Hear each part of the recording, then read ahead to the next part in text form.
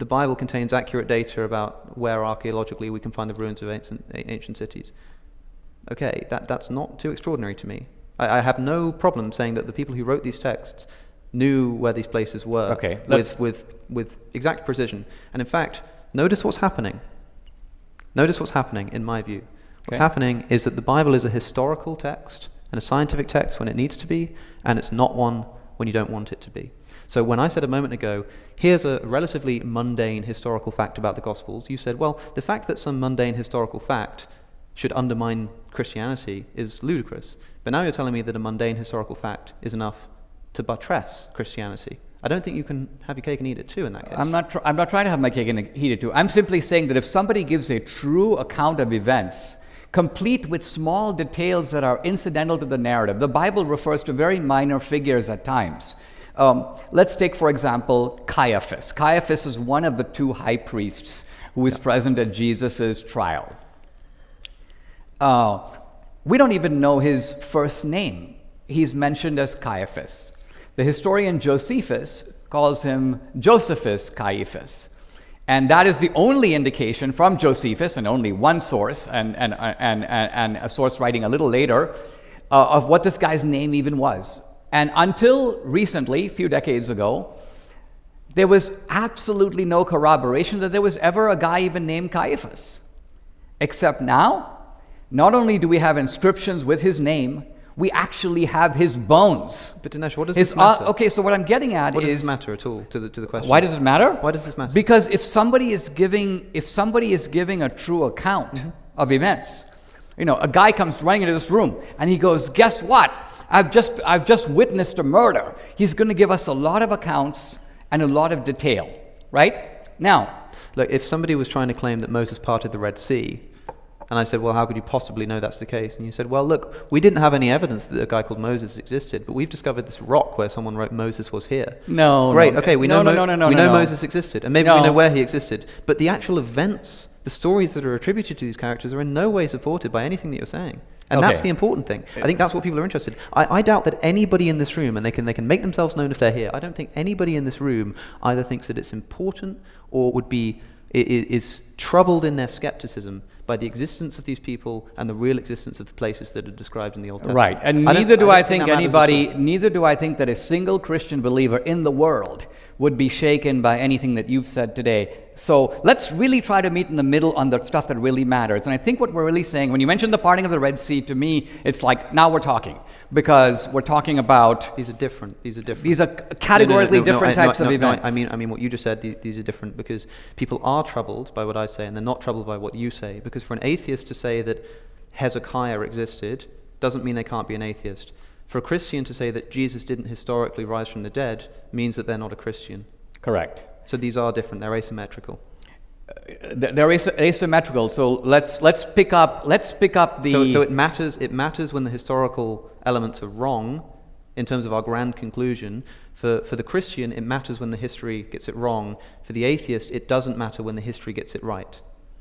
What I'm saying is that if someone gives a true account of events, it is normal for the accounts to vary, to differ, in some cases to have minor contradictions. Sure. The real question is did the thing that's being described actually happen? Okay, so let's turn to that. Do you think, for example, that the slaughter of the Amalekites that I mentioned before actually happened? Probably, of course. And if that happened, I mean, we haven't spoken about the concept of moral truth. I'd like to get the time to do so. We can come to that, but let's stay with what I think you were about to get to, which I think is the heart of the matter that we haven't even gotten to, and that's this.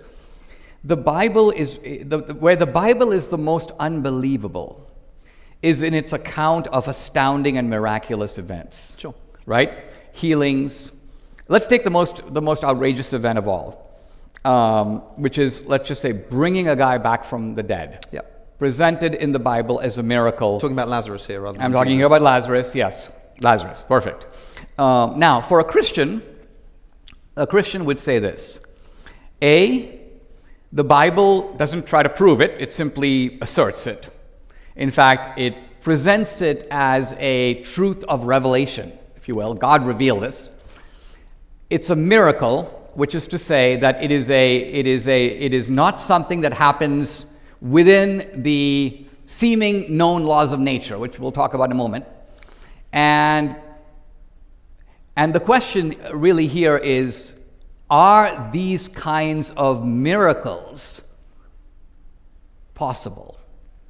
If you say, are they implausible, or are they rare, or is it difficult to believe, the Christian is like right with you. I think the question is, did they happen? Did they happen, right? And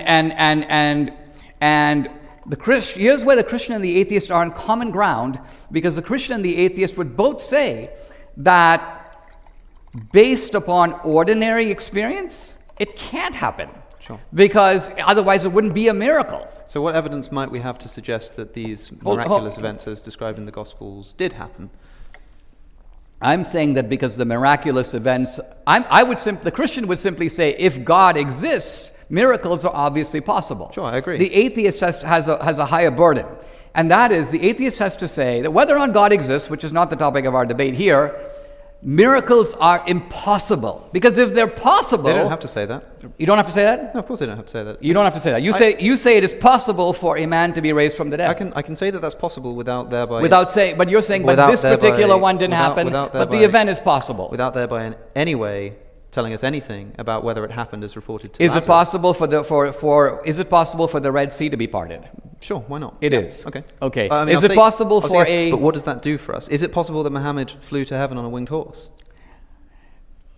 Okay, so here's our problem. Well, hold on. Yes or no? Yes, of course it's possible. Of course it's possible. So that means that, the miraculous events as described in Islam, you've got such a higher burden of proof than the Muslim does if you're having a debate with a Muslim. But because you have to say that's impossible. I am not trying to prove the veracity of this or that miracle. I freely admit that I can't do that. I'm not trying to prove the veracity of this but or you that can't miracle. disprove it either. No, of course I can't disprove it. Exactly. But that's not my task yet. That's like me saying, I think that, I don't know, to take a Shakespearean example, I think that, spoiler alert, Well, we don't need a Shakespearean example. Romeo took the poison. Let's take an actual... And if you said, well, hold on, how do you know that actually happened? And I said, well, you can't prove that it didn't. Well, let's pick an actual example that pertains to Christianity. Let's talk about something I raised earlier. We've got about 5 minutes before Q&A, okay. by the way. Do you believe that there is life after death? I don't know. You don't have no idea. Yeah, I'm agnostic on that. So if I say that there's life after death, am I being unreasonable? I don't think so. Not at all. It depends on your reasons. It depends on my reasons, but what I'm saying is, if I were to tell you that there is no empirical way to prove this one way or the other, my faith, let's say, that there's life after death is just as reasonable as someone who says there isn't. Sure, it depends on what the reasons that are given are, of course, but sure. That's We're talking about the reasons that are actually available. Not the person who's giving a reason may give the best or not the best reason. It's pedantic, but I'm happy to say yes. I just want to be careful what I say, because people might get the wrong impression of my beliefs. But yeah, sure. I mean, sure. We've got two people. One says life after death. One says not. They're both just as reasonable as each other. They're both just as reasonable. Sure. That could be. Okay, excellent. Okay, good. I wanted to clarify that point particularly because What's this got to do with the truth of the Bible? Well, all I am saying is that the claims of miracles, you and I are not going to be in a position to go back and see whether or not Jesus raised a man from the dead, well, right? It's not all you say. It's not all you're saying. The Christian is perfectly willing to take that on faith. You think that did happen, and you're taking it on faith, and that's fine. Yes. More power to you. And in fact, I envy your ability to believe things despite what well, seems don't to me you like take a lot of things on faith? Of course, yeah, absolutely. Plenty of things on faith. Oh, yeah, all the time. So all the things that you take on faith are things that you think are not unreasonable, but the things that Christians take on faith are to you unreasonable because they can't be corroborated with historical evidence. Is that what I said? I don't remember saying that. So are the Christian beliefs on faith just as reasonable as everything that you believe on faith? They can be, depending on the reasons, but the veracity of the gospel accounts and the Old Testament prophecy, I think, is unreasonable to believe in. Not life after death, that's fine, you can believe that. Not like, a man called Jesus rose from the dead, fine. But the idea that the Bible comports with reality either in mythological sense, in an allegorical sense, in a moral sense, or in the sense of historicity. Let's talk about the moral sense, since you raised it, and we'll just talk about it briefly. I want to make sure we've got time for Q&A, but look, I can reread the text if you like.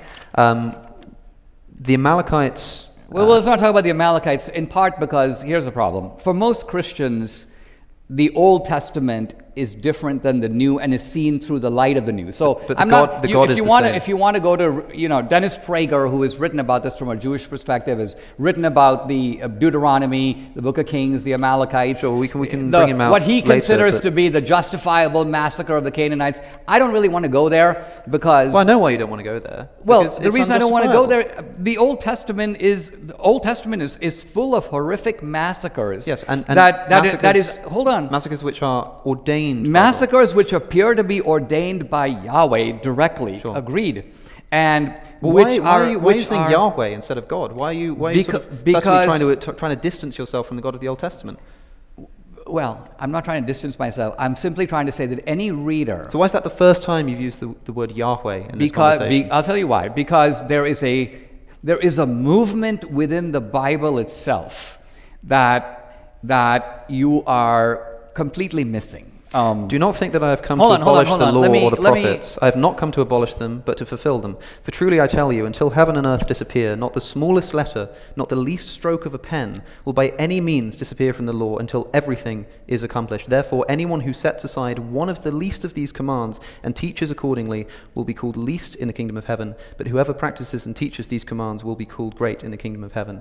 Jesus said that in the Sermon on the Mount, referring to his fulfillment of Old Testament prophecy and law. Referring to his fulfillment of Old Testament prophecy. Old Look, Testament law. And what I'm referring to here is an Old Testament law, which you're now trying to distance yourself No, from and say that it's sort of I'm different to the saying- New Testament. I'm saying that you're That's not what Jesus thought. I'm saying you're missing the developmental track of the Bible that is obvious to any intelligent reader. Let me give you one example of what I'm talking about. Tell me about the Amalekites. Tell me what the developmental It's not about the trajectory Amalekites. of this It's about the genocide way that is. the whole story of the Bible changes in tone and mood and message. I mean, for example, help me out here. Like, just tell me where, any way you like. Tell me where this fits into that trajectory. Okay, I'll tell you this where. fits in. We have just a couple minutes, guys, so let's wrap it up before the Q&A. Just tell me. the just tell me where underlying this the fits in. underlying message of the Old Testament is an eye for an eye. The Amalekites are the enemies of the Israelites. The Israelites will crush them with the same venom that the Amalekites would have crushed the Israelites. That's called an eye for an eye. Including now, the children, hold on. The children, the infants, The children, the the cattle, infants, the sheep, the camels, the donkeys. Yeah, that Dennis Prager says yes, but my point is different.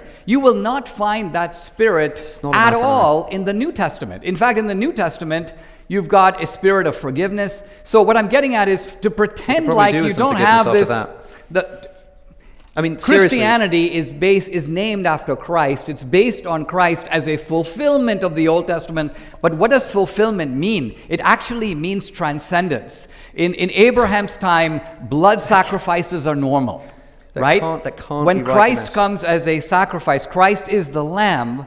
The point is, those blood sacrifices That can't aren't be necessary right. anymore. Listen, That's the Christian reading. And you keep filibustering me because you know that the Bible is showing a movement in a direction, and to miss the movement is to miss the Bible. Let's look at God in the Bible. Hold on, Let me make one quick point about God in the Bible. There's nothing quick about what you're doing, Dinesh. There's nothing quick about what you're doing. I need to be allowed to respond to what you're saying. I am getting sick whenever You're I have these cross-examining me conversations. on the justice of smiting the Amalekites. Honestly, I don't see any justice in it, but I do agree that was the eye for an eye ethic of the Old Testament that is repudiated and transformed and transfigured in the New. I've had this conversation so many times, most recently with William Lane Craig. At least he had the gall to just tell me that yes, that was a moral thing for God to do. I get sick to death of people hand-waving away this genocide by some vague reference to the fact that Jesus came along to do something which somehow kind of undoes the immorality of it. Like, this is not an eye for an eye. This is a genocide of combatant men, innocent women, and children, and animals. Saul is punished by God for not killing all of the animals. Like That is actually a ludicrous misreading of what's happening. Let me just make with a Saul Can and I, David. let me just make a quick point. Let me just check make a in quick just- point. I have to make this point. Okay. I've got to read the text from Joshua as well. Okay, and then we'll check in with the audience because we're probably. I think the audience is going to agree that we want this to keep going. No, that's fine. If Instead we of wanna going go to to Q&A, Q&A, that's but we'll fine. check That's fine. in just after Alex's point here. I think it's important, like, read these texts for yourself. There is no way that I'm misreading this text. We know that this is what's happening. In the slaughter of Ai, that's a type of Canaanite. In Joshua, we're told that when Israel had finished killing all of the men in Ai, in the fields and in the wilderness, where they had chased them, and when every one of them had been put to the sword, the Israelites returned to Ai and killed those who were in it. That is to say, that we're told that this is just because the promised land was inhabited, and God's God, he's allowed to do this. So because the Israelites want that land, they have to go and chase out the eye. So they chase them into the wilderness. They chase after them. They slaughter them in the wilderness. They then turn around, come back into the city, and kill who's left. Who's left if the combatants have run away?